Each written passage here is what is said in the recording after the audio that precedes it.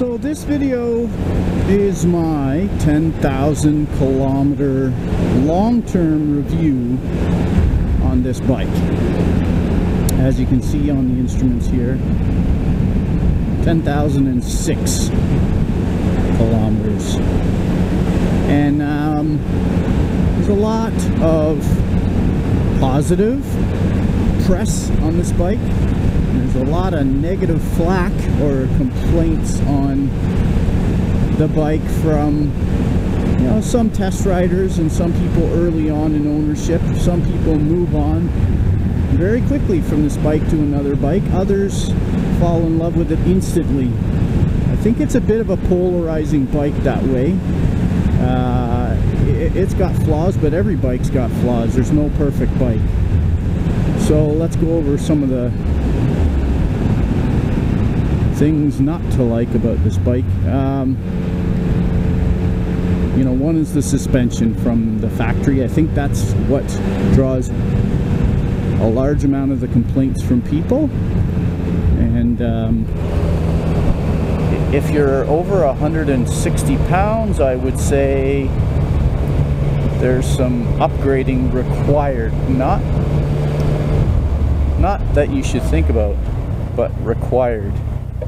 I think most of these Japanese bikes, it's quite common that they calibrate the suspension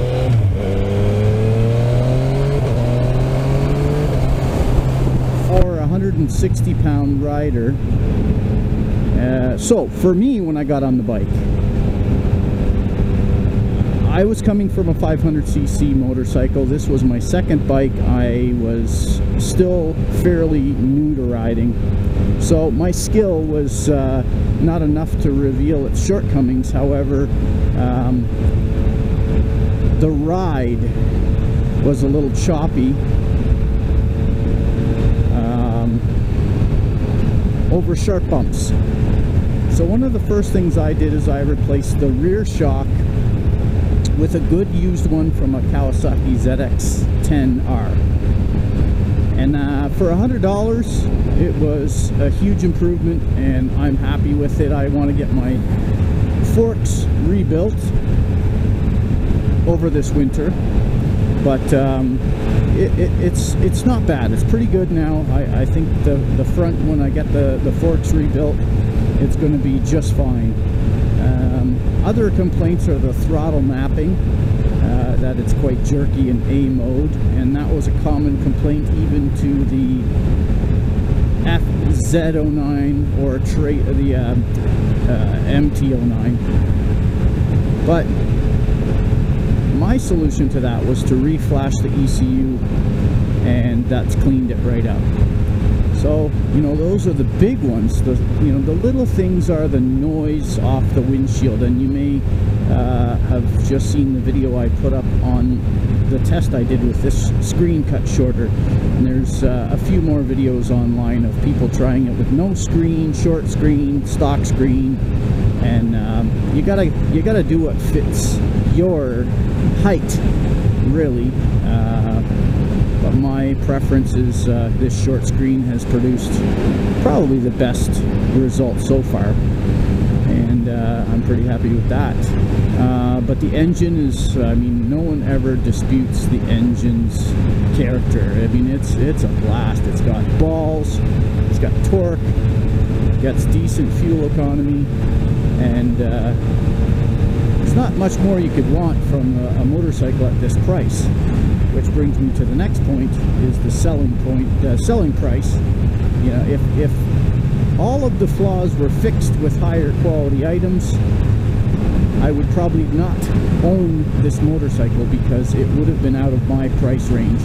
So I like the fact that you can get into this motorcycle at an approachable price and pick away at some of the upgrades that are personal anyways. You know, the seat's another one. That's a very personal thing. Some people think it needs to be firmer, a different shape, whatever. You know, that's a personal touch anyways, so you're probably never going to get it right from the factory for everybody's butt anyways.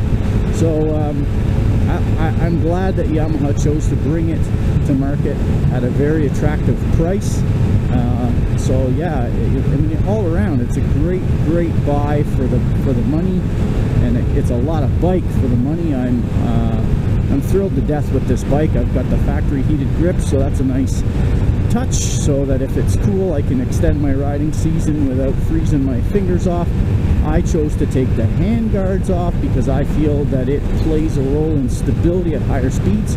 This thing, I've had it up to let's say a little over twice what we're doing now, and it's been very stable now, whereas I felt the oscillation people were talking about, it's not made up, it's a real thing.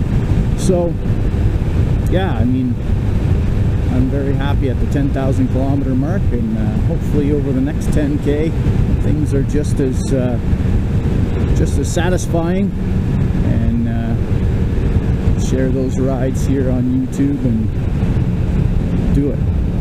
Anyways, that's it for my 10K review.